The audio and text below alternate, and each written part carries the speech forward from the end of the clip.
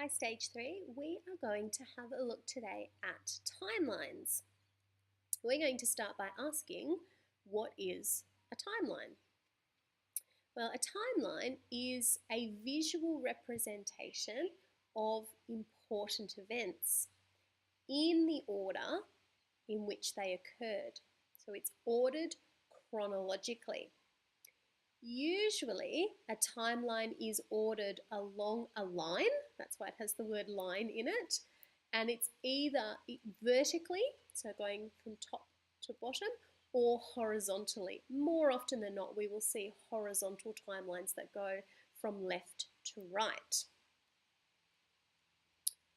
What can we use a timeline for? Well, there are lots of things that we can use timelines for. Some common examples is when we use a timeline to give data about history. So things, events and things that have happened in history.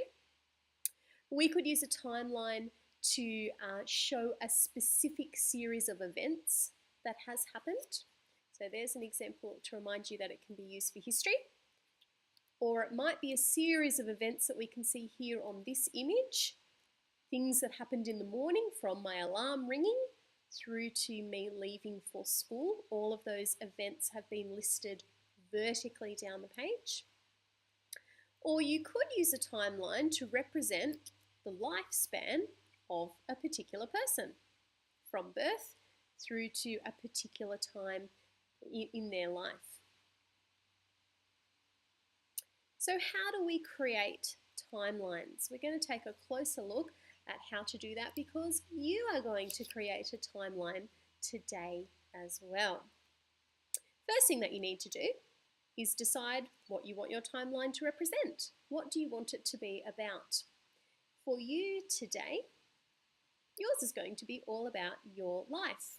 You are going to create a timeline that represents your life. The second thing that you need to do is you need to work out where you're going to start your timeline. What date will you begin? So for example, you might start your timeline 2005, the year I was born. And you're going to mark that date at the start of the timeline. It will look a little bit like this. So you can see the horizontal line that is there for the timeline, and I've placed a marker at the start. And under that, I'm going to put the date that I'm starting my timeline, 2005. The third thing, or the next thing that you will need to do, is annotate your timeline to explain what happened on that particular date. So there is my timeline with 2005 underneath. And above that, I have put an annotation. You could put it below the date as well, that's all right, but I've run out of room there. I have placed the words I was born to describe or explain why 2005 has been recorded as an important date on my timeline. The next thing that you're going to do is you're going to choose the next significant event that you want to represent on your timeline. So you're going to think, in this instance, in the story of my life, what will I put next on my timeline? Something important, something worth telling another person about. And I'm going to record that with the date and the annotation, just like I did at the start. So there's my timeline as it stands at the moment with 2005. I was born in this year, and then I'm going to add my next significant event, 2010, I started kindy. So the next important thing, you might have something that happened before you started kindy that you want to include on your timeline. This is just an example of what to do next. After that, you're going to continue adding important events onto your timeline, and with each important event you need to include the date that it happened, around about the correct year. It doesn't have to be too specific, but try to get the correct year, and an annotation for each of those. So here is my timeline, 2005, I was born, and my second significant event, the year I started kindy. Then I've got 2012, we had a family holiday. We went to Fiji. So I have included that as something important that I want to share with you about my life. My next annotation might be something like 2013, I broke my leg. That's something important that I need to tell you or show you on my life's timeline. And then 2014, we moved house.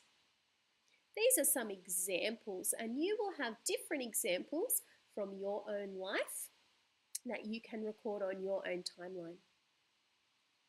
So you can see in my example at the moment, I've got 5 significant events. You might have more than that.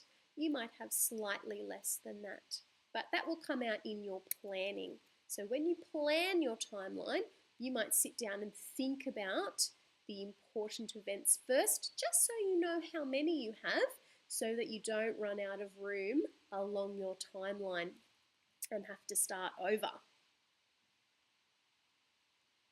So the last thing that you're going to do is you're going to finish off your timeline, and you're going to finish off at a date that you decide on. Now it depends what kind of timeline you're making as to when you will choose to finish, or what date you will choose to finish your timeline. For our example here was my timeline from the year I was born. I'm going to finish it in the present, which means today. Where am I now? And I've put 2017, started year 6, yours might say year 5, started year 6 in the Stage 3 Learning Centre. So you can see that this timeline, because it is representing a person's life, it starts the year that they were born and it finishes in the present. But if you're creating a timeline for history, you might want to pick a particular starting date, for example, 1750, and you might want to pick an ending date as well, like 1850, and you might want to do a timeline that covers that period of time. It all depends on why you're making your timeline and what you're making it to show to your audience. But this is the example that we're going to use today. Create your timeline about your own life.